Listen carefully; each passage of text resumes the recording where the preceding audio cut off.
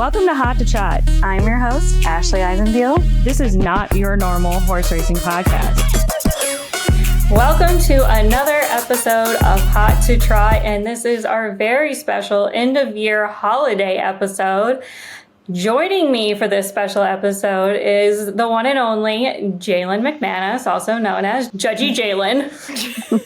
Hi. And also our new permanent co-host, Meadow Twaddle. Hello. This has been a year. I know, Meadow, you've been with us for majority of the year, like in a part-time way, but Jaylin, this has been like your first full year, full-time working for PHRA. It sure has. It's been a busy year. How'd you like it? You know, it's any other job, you got the good days, you got the bad days, and we're just riding along. We're riding, yeah, and a lot of things in this industry. We ride horses, everything. So I guess that's a good way of putting it. Ride, drive. We're just here for the ride. Yep. That could be our new slogan. We're just here for the ride. Not what a ride, here for the ride. Ooh, I like that. We should pitch that to Pete. Here for the ride. That's a good one. I'm actually impressed. That's your marketing skills, like working overdrive today. Yeah. We don't need to open that conversation back up, though. It's a win was a lot. Coming up with that took a lot. True. Oh, man. So are you guys ready for Christmas? Nope. I have not done any shopping. I'm leaving that for express shipping. I'm not hitting the mall. I'm not tackling that. I can't do it. You better hope everything comes in time. I know. That might be my next task after this. Getting all Get it done this weekend. I know. I need to. I haven't done anything yet either. I'm on the same boat as Meadow. Okay, I'm glad I'm not the only one. You guys gotta get it together. Nobody took, I was ordering stuff last Wednesday before Black Friday. Everything was on sale. Order. Jaylin, you decorated your house the day after Halloween. Yeah, Christmas goes up November 1st and it comes down December 26th. I can agree with that. I can get behind that. I also do that. Yeah. I could care less about Halloween. And Thanksgiving and Christmas are together. It's all in one. And then if you have it up early, you don't feel bad getting rid of it right after Christmas, and then you're starting the new year off in a nice, clean, put-together house. That never happens for me. And secondly, I just want you guys to know, I finished decorating just this half of the tree for this podcast. The rest of the ornaments are on my dining room table. It is half done. And speaking of ornaments, I made sure I pulled this one out. Our Smarty Jones ornament that we got at the Breeders' Banquet this year. Just for Brian. Gift. I know, just from Brian. Brian and Avery did such a nice job. It's so cute. Aw. I love that. It has it all engraved. It was so cute. They did a good job for the 20th anniversary of Smarty Jones. Nice way to commemorate. I should have gotten my aunt decorated the Smarty Jones vodka bottle. It's on my counter. It's dressed up for Christmas. You should probably grab that. I can't believe you haven't broke into that. Go get it. I don't drink like that. Who decorates a bottle? Jaylin's aunt. Jaylyn's aunt. Yeah, she's an interior designer. She would decorate a bottle. It. Oh my God. It's like a sassy girl. I don't know doesn't. Oh, okay. Hi, Theo. She doesn't. My aunt was very mad that the bottle is not universal. So she doesn't really fit that great, but it's A for effort. It's so cute. We know Smarty Jones is a stallion, right? It's a little cross-dressing on our vodka bottle there. We're inclusive over here. It doesn't matter. Oh my God, I can't. You crack me up.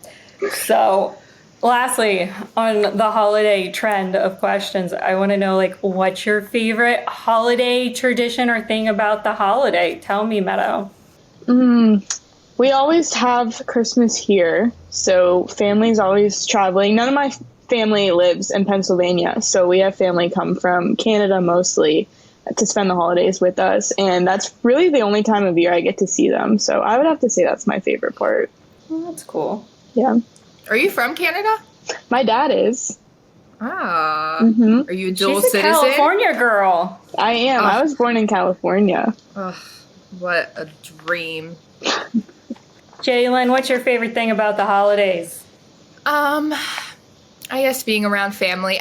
We are taking over the holidays. We now host Thanksgiving. My grandmother used to. We do that now, and we are taking over Christmas as well. So this will be our first year, so I'm excited about that. But probably, we've been doing this since I was a kid. We have a big cookie weekend.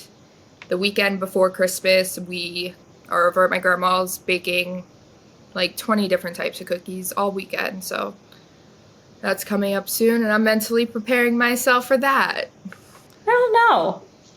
I guess mine would be like watching movies with my family, because that's like the time of year where like we actually kind of all hang out and watch like our favorite Christmas movies. Do you have a favorite? Yeah, Christmas Vacation is mine. Mm-hmm. Aiden's has always been Christmas with the Clarks. It's such a weird Tim Allen movie. Ever since he was 2, he'd watch it in the middle of summer.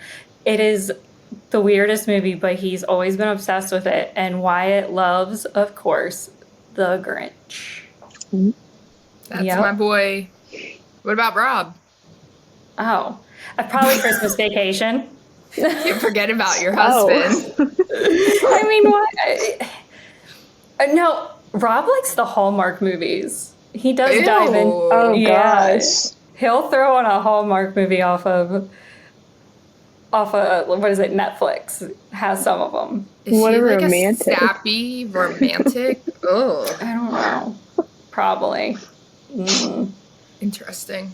I know. It's his choice. I don't judge over here, Judgy Jaylin. We always judge. I'm judging Aiden's favorite movie. Tim Allen Christmas with the Clarks has always been his favorite movie. Yeah, I don't know weird. what that is. Yeah, I haven't seen it. I'd go watch it. It's a weird one. But yeah, speaking of the Grinch, Ashley, you like to be the Grinch every once in a while. I was recently at Penn National and like talking to people, and they still don't know that I was the Grinch there last year. Like they're still trying to figure it out. Like who was the Grinch? Even though you're taking the head off every like 2 seconds to get air. Well, yeah, that thing's like all plastic. It was suffocating. Some people didn't see me though. The other night, I fell in a deep, dark hole of the PHRA TikTok, and I came across these Grinch videos. And I said, who is that Grinch?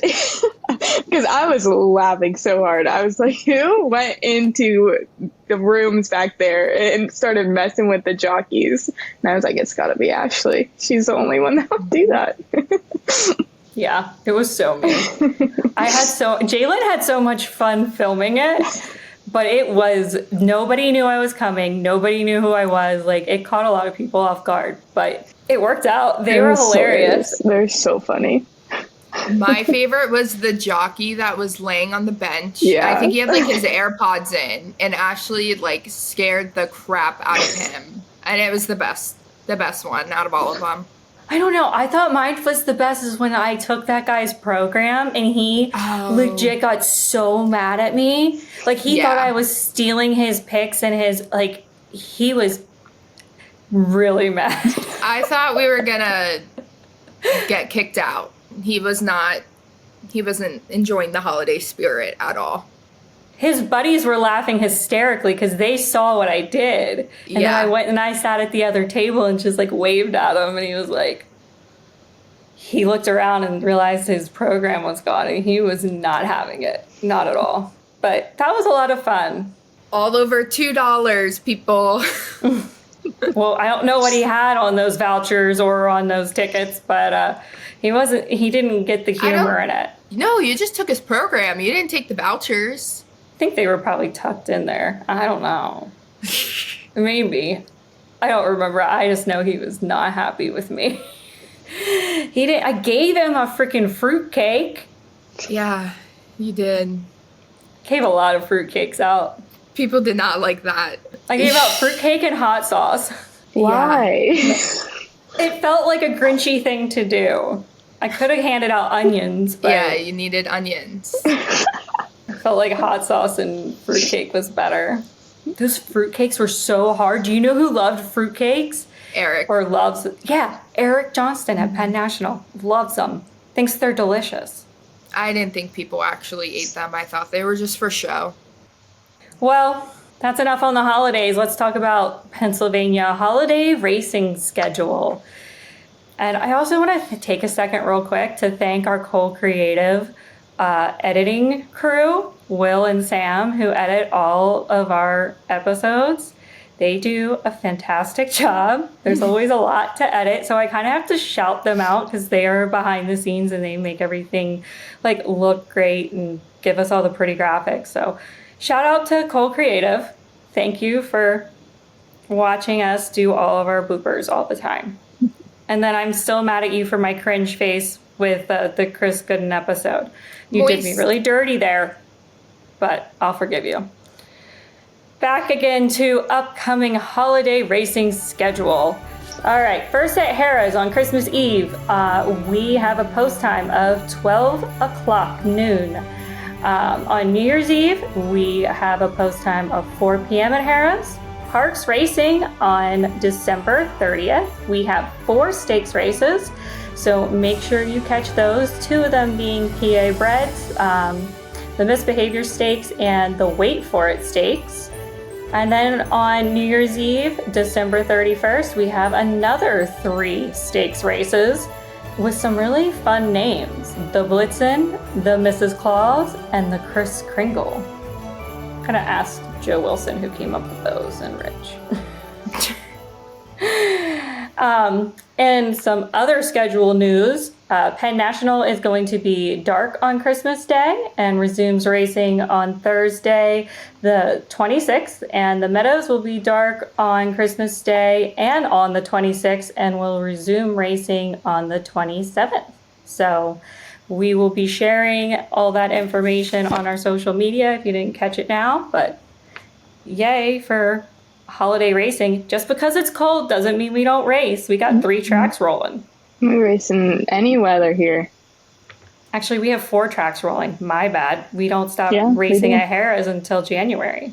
Right, well, we're going to take a look at some of the biggest races this year in Pennsylvania, and Jaylin is going to kick it off for us with the Maxi Lee. Yes. So we started our season Memorial Day weekend at Harrah's, Philadelphia for Super Sunday. So that was May 26th. We had the $100,000 Maxi Lee Memorial Trot.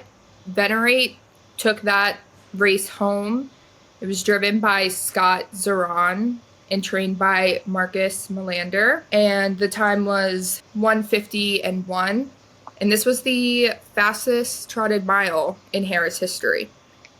We also had a few other record-breaking races this year. So we had the Betsy Ross Invitational, and Twin B Joe Fresh won that race with, that was a stakes and a track record at 1:48.2.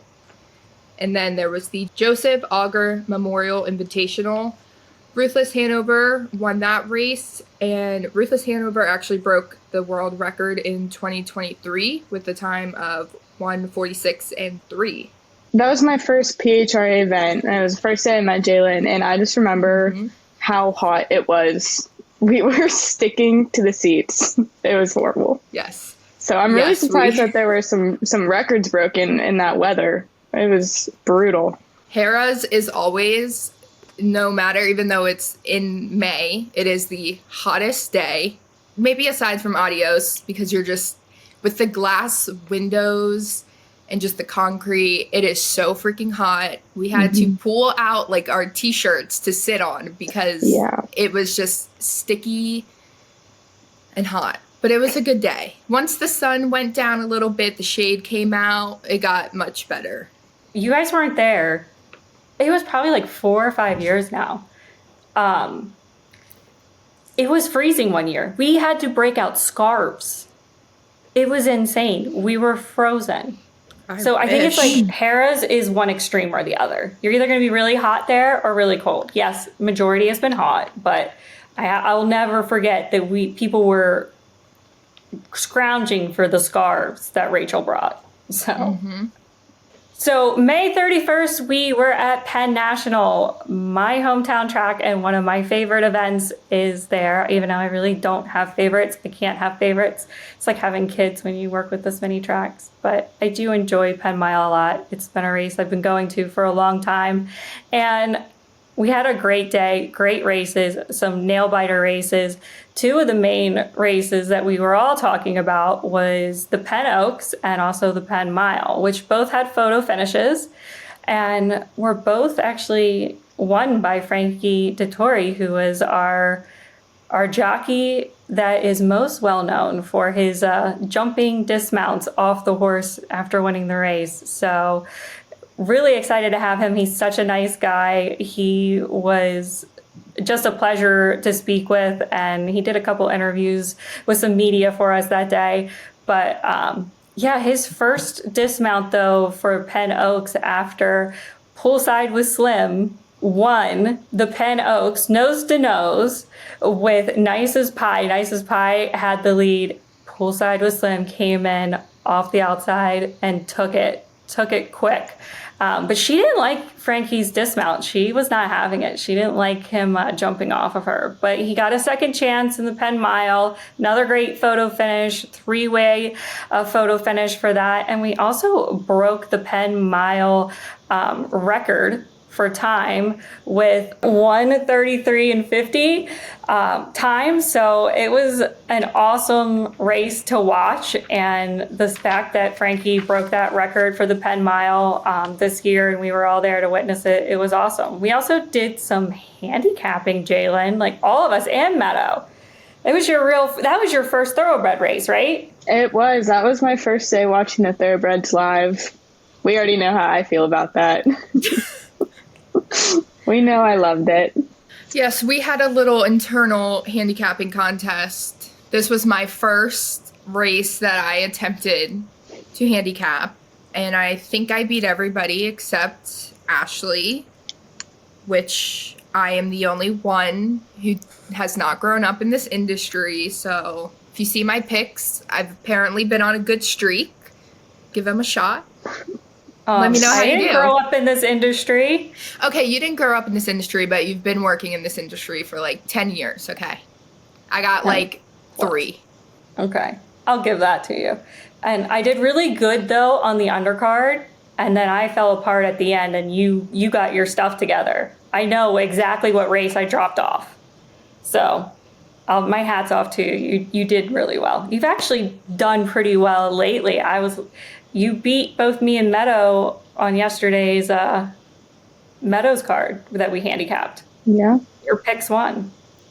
I don't know. You've been saying I've been on a good streak, so maybe people should listen to my picks. Maybe. That newbie glow you have with handicapping. I'm not betting them, so because I know as soon as I bet them, my streak will be gone, so... Well, on the topic of the Meadows, my home track, let's talk about the $350,000 Delvin Miller Adios on July 27th. It was taken by Captain Albano in 149 and 2 for driver Todd McCarthy and trainer Noel Daly. This horse has been so much fun to watch this year. He just wins race after race after race, and it's just incredible to see his growth through the season. Also on that day, the $100,000 Adio Volo was won by my girl EJ for trainer Ron Burke in 148 and 4.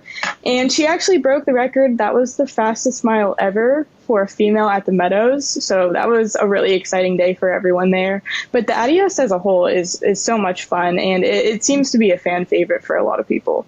Yeah, it really is. We loved it. It was a different Adios for us this year. We had the Trotter House guys come out. We had a lot of fun with them. We did a charity match race on Friday, Adios Eve. And then Saturday was really fun. We went out on the track and did a t-shirt toss. I think that we should do that at every track. That was the most fun I've ever had. With a big slingshot. It didn't work. No, we were just chucking them. That's better anyway. It was. No, that was fun. You know who loved chucking t-shirts, who brought him the most joy, was Scott Lisha. Him tossing. He was like, this is like Christmas Day. This is so much fun. Yes, he turned into a big kid. Oh, we had a lot of fun that day. Yeah. So next on the list, we traveled to Pocono, Mohegan, Pennsylvania, for Sun Stakes Saturday on August 17th. They had quite a few big races that day. So they had the Earl Beale Jr. Memorial Trot. Sig Sauer won that race. And the Max Hempt Memorial Pace, Captain Albano from the Adios won that race as well. And then James Lynch Memorial Pace, that went to Odds on Platinum. And then the Delmonica Hanover Trot, that was Warwee Michelle, Pocono. It was a gloomy day. It was a gloomy day, but I love race days where there's a few big races that day because there's so much more to watch. Mm-hmm. And the year before we got puppies, so love Pocono. You can buy a puppy in the Poconos. Puppy! We just go to pet stores, Meadow, on our lunch breaks and purchase puppies. Dogs. But what? Yeah, me and Jaylin did that.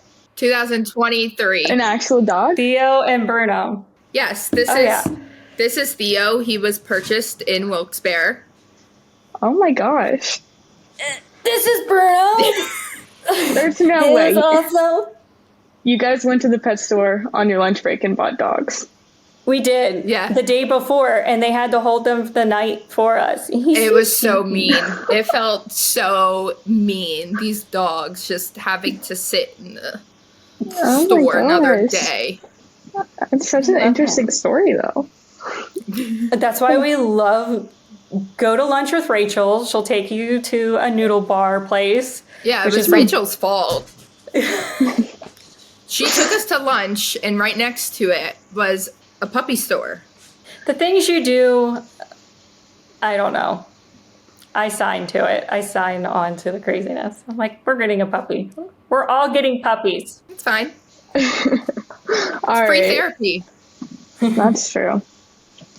Let's talk about the $300,000 Grade 3 Master Stakes at Presque Isle Downs. This was on September 20th, and PA-bred Roses for Deborah took this one in 1:13.92 and actually broke the track record with this one. The jockey was Erad Ortiz Jr., and the horse was trained by Christophe Clement. And also that day, Forever Super took the $150,000 Presque Isle Mile, and again broke that record for the 1 1/16 mile distance. I have to shout out that Roses for Deborah is a PA bred. Yeah. So it was awesome to see one of our homegrown PA breds take the Masters. Like that was really exciting to watch.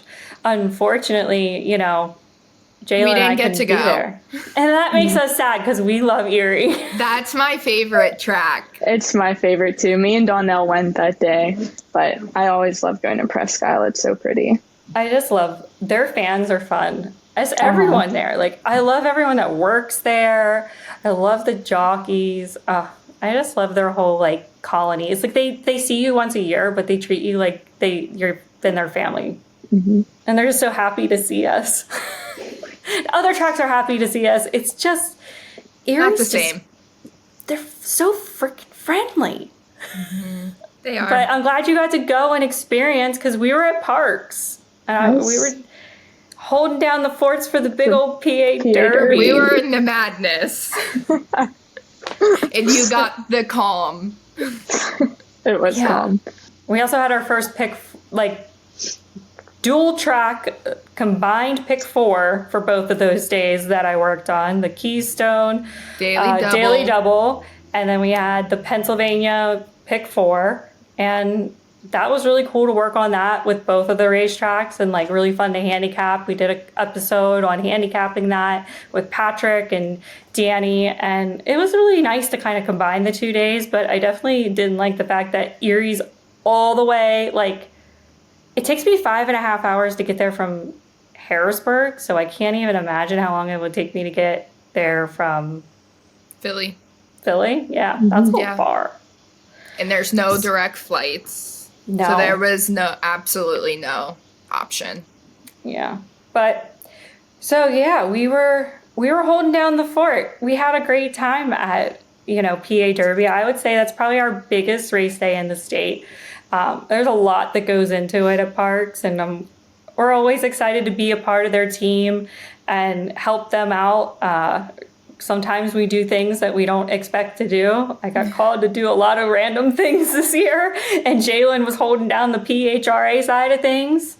Somehow I got in charge of the flower security. Blankets and security for the winter circle. I understood like credentials because I used to do that for Preakness, so like I got that. Like that's something I do have like background and knowledge in, but the blankets for the horses with the flowers, I don't know how I got that responsibility, but I took it on, and Jaylin had all of our stuff covered. She was manning the booth and overseeing my son doing roadie ponies and children social. Fighting.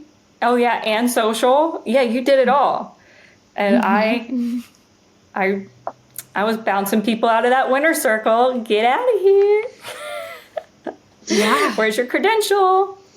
So, I mean, but that day was insane. They had 13 races, 10 stakes races. The card was amazing. They had so many amazing horses.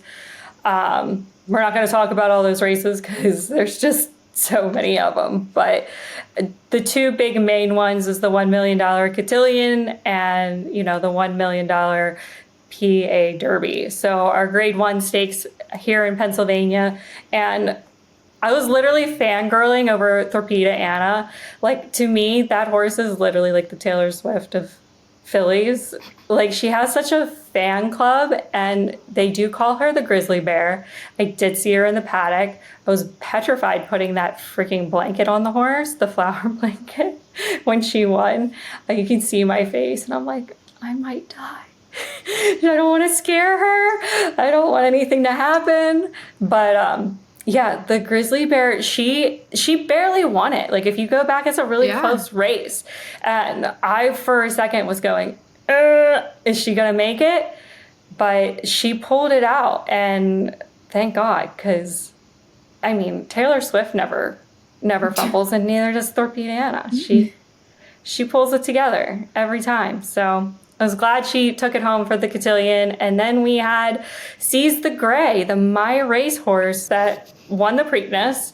Jaylin and I got to go to Preakness this year with Uncle Heavy, which was a really cool experience, and got to show Jaylin actually that kind of stakes race, one of the Triple Crown races, and I worked there, so actually what I used to do. And we were right by the winter circle for Seize the Gray, and that group of owners, the fractional ownership group, is just, they bring so much energy just when they come to their track, even if their horse is just racing and it hasn't won. But when their horse wins, that winter circle is insane.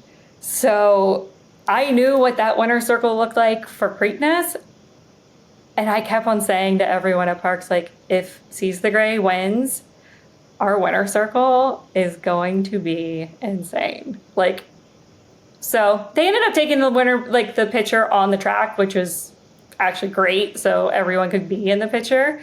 But I think probably my favorite like part of the whole PA Derby day was when Jaylin, you and I got to go down to the Seize the Gray group, got like a whole tent down in the picnic grove.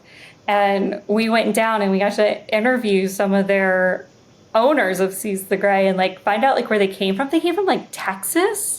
There was one guy that came, and they were just telling us like what an experience it's been, how excited they were to be there, and how they were just like regular horse racing fans that, my racehorse has given them the experience to own and be a part of something bigger in the industry, and like what that meant to them. And I think that was definitely like my favorite part of the whole day, was like talking to them, and just their vibe is something special. Yeah, they're really cool. I got stuck in the swarm of them trying to get into the winner's circle when I was trying to get out. And there were like other parks employees trying to get in. And I was just like, I'm just stuck. I'm just a sardine in everybody. So that was madness to get out of that. Yeah, I think I looked at you and said, run. And I did. And it was too late. I should have just stayed in the winner's circle. You were going back to the pack. Because they were all already at the winner's circle outside of it watching the race. So either way, you weren't getting out. I don't know. That was a great day. But again, that was another, fantastic race to watch. Another, are we going to get there with Seize the Gray? And we did, which was an awesome thing to watch. So that was my 3rd anniversary for not only working for PHRA, but for PA Derby, because I started on PA Derby Day. I love to start people on PA Derby Day. I did the same thing to Donnell. Throw you into the deep end. Hey, if you show back up for work after PA Derby, then you really want the job. You're dedicated. Yes. Well, that really wraps us up for talking about our big races of 2024 and our fun experiences at the racetracks. So the other thing we actually did was Meadow sent out a little social media post asking our fans what their favorite photo finish and longest odds were. And we got some responses, and we also asked for some memories, like what their favorite memories were from this year. So we're going to share some of those with you. And the first one we're going to start off with is going to be our photo finish at Penn National. And this was on October 24th at race 1. This is on the dirt. It is a maiden special weight, 2-year-olds. And I am going to share my screen. And we're going to watch the very end of this race because this was a 3-way tie. Adios along with Cove Boy, they're into the stretch. From the outside, here is My Detroit City battling now with Explosive Love. Quilling is there. Punch It Margaret. These 4 juveniles going at it. The final 16th. Explosive Love, a slight lead. Quilling coming on. Throw a blanket over them. Might have been Punch It Margaret inside. Explosive Love was there with Quilling, and My Detroit City 4 crossed the line in the first. Hold all ticket. Yeah, so ended up being Punch It Margaret, Quilling, and Explosive Love in third. So that was a great race. I think that is a 3-way photo finish is something I think is always special. The announcers always make it more exciting when they get the crowd hyped up. They do. Their enthusiasm of who's it going to be? Calling those races. Yeah. Well, we had another 3-way photo finish at Pocono Downs on November 18th in race 10 in the $15,000 featured trot that day. Quarter away. Top of stretch, Going Green, leads it by a length and a quarter now. Pisces Rising, coming up strong on the inside. Outside fast approaches, stalled just a bit from way back. Dominion Day closing very fast. Going Green leads it. Pisces Rising on the inside. Off stride goes Going Green. So that probably going to knock him out. And it was very tight then between Pisces Rising and Dominion Day. So judges are going to have to sort this. I could have never called that. No. So that race ended up going to the 8-horse Dominion Day with Matt Kikali, and you saw him come flying from the back of the pack right to the top to win and take that race. And it was very interesting because the 6-horse Going Green broke right at the wire. So there was an inquiry on that, and they had to do a little investigating to see where to place him. And they ended up putting him third, but it was a very fun race to watch. And it's always fun when a horse from the very back goes on to win the race. Pisces Rising should have won. Are you a Pisces? I am. Okay. Well, I always love it when they do. They come up from the outside and just put it into a different gear. When you see a horse just come from the close and like come from the back like that, it's always exciting and makes the race a lot more fun. Mm-hmm. Alrighty, then we have our long shots. So our long shot for thoroughbred comes from Parks Racing and race 8 on March 26th. This was a claiming race on the main track for maidens and fillies that were 4 years old and up, and hadn't won a race since December 26, 2003. This horse, Hella Ortiz, actually was odds of 70-1. So this was an amazing race. Jessica called it, and you just said, like, the enthusiasm that the announcers had, like, Jessica was enthused. Like, I got excited watching this one too. So and the payout, we have to call out the payout for a $2 win bet, $145. That's crazy. I'm there for that. Continuing her bid up the rail, and she has some momentum. Helene Ortiz hanging tough, unadulterated in on the rail, on the outside, ambitiously placed, trying to make up some ground down the center of the track. Good penny, not today for her. Helene Ortiz, game on the lead, unadulterated, can't quite get by. Helene Ortiz, game on the lead, and she puts her away. Helene Ortiz with the big upset, unadulterated, ambitiously placed, and then back to Good penny. Final time, 147-4. Hold all tickets until race 8 is official. I love those 70-1 long shots. You don't hit them very often, but when you do, it's a nice payday. Must be so nice. Could never be me, but it must be so nice. We had a lot of people write into us talking about their favorite memories of 2024, and a general consensus is Adios Day 2024, which I'm very happy about because that's at my home track, and I know they do a lot of hard work getting ready for that weekend. So this was a lot of people's first Adios Day as well, so they were really excited to be a part of that. And we also had some thoroughbred fans who tuned in to watch the Adios, and ever since then, they've been a little bit more closely following standardbred racing, which we love. Any exposure to standardbred racing is great. I love the crossover. Yeah. Maybe Penn and Meadows need to do another crossover bet again. I would love that. That was fun. That would be so fun. We did it on Fridays. I'll have to talk to Eric and Scott, see if we can get another crossover. Yeah. I love betting, so you don't have to ask me twice if I'm in. You're an addict. It's called a degenerate. A fiend. And yes. A fiend. I am one. I just don't wear Velcro shoes when I go to the racetrack yet. I'm going to get you a pair for Christmas now. Thanks. Alrighty. Instead of the hot seat, we're going to wrap up this episode with some New Year's resolutions. So, guys, what are your New Year's resolutions? On the work side of things, I would like to become a little bit more familiar with thoroughbred racing. I come from a very strong harness racing background, so I don't have too much knowledge, but I'm learning. But my New Year's resolution would be to learn more. Oh, we'll teach you more.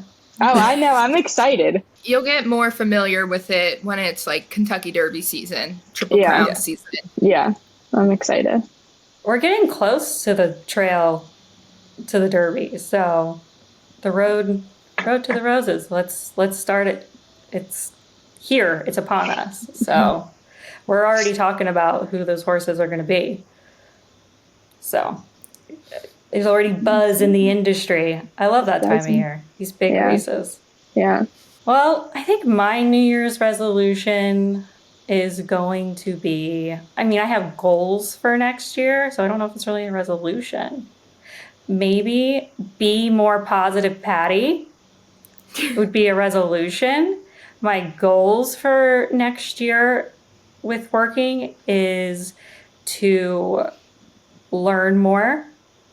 I think there's always room to grow. Like Meadow, I don't know everything, but especially like marketing. I've learned a lot this year. We took on a lot with the ad buying, doing a podcast. Like anyone who knows me knows I am a strategy marketing girly. I am a producer marketing girly. Like I'll tell you what to say and what I want and how I want it shot. But being in front of the camera makes me very uncomfortable, if you haven't noticed. but I'm a team player. And when Jonelle asked me to be on it, I said, okay. But yeah, I want to learn more with marketing and the evolving of our industry and communications. And I also want to teach more. So I love education, and especially youth is like what I'm most passionate about. But I also think there's an opportunity to teach our industry, people that work in the industry, about marketing and social media, now that everyone has like platforms and stuff, and they might not know how to like get started. Like say they want to start a TikTok, but they don't understand like the algorithm, or they want to start a Facebook, just kind of even like making, I don't know, like workshops for the industry, teaching, drivers or jockeys and owners and breeders, like what social media they can do and tell our story out of their perspective and on their platform, I think is awesome, because you don't have to have like a TV spot nowadays or have an article written about you to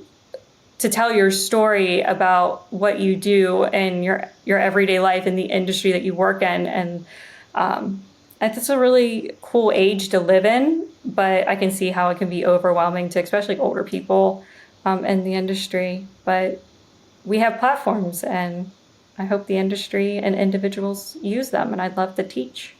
Jaylin, what's your New Year's resolution? I don't really have one.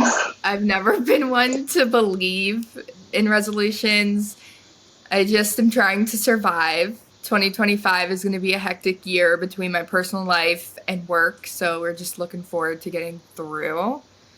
But on like the work side of things, this was my first year in the like handicapping world and just getting a little bit more familiarized with this industry. So I'm hoping to continue to learn.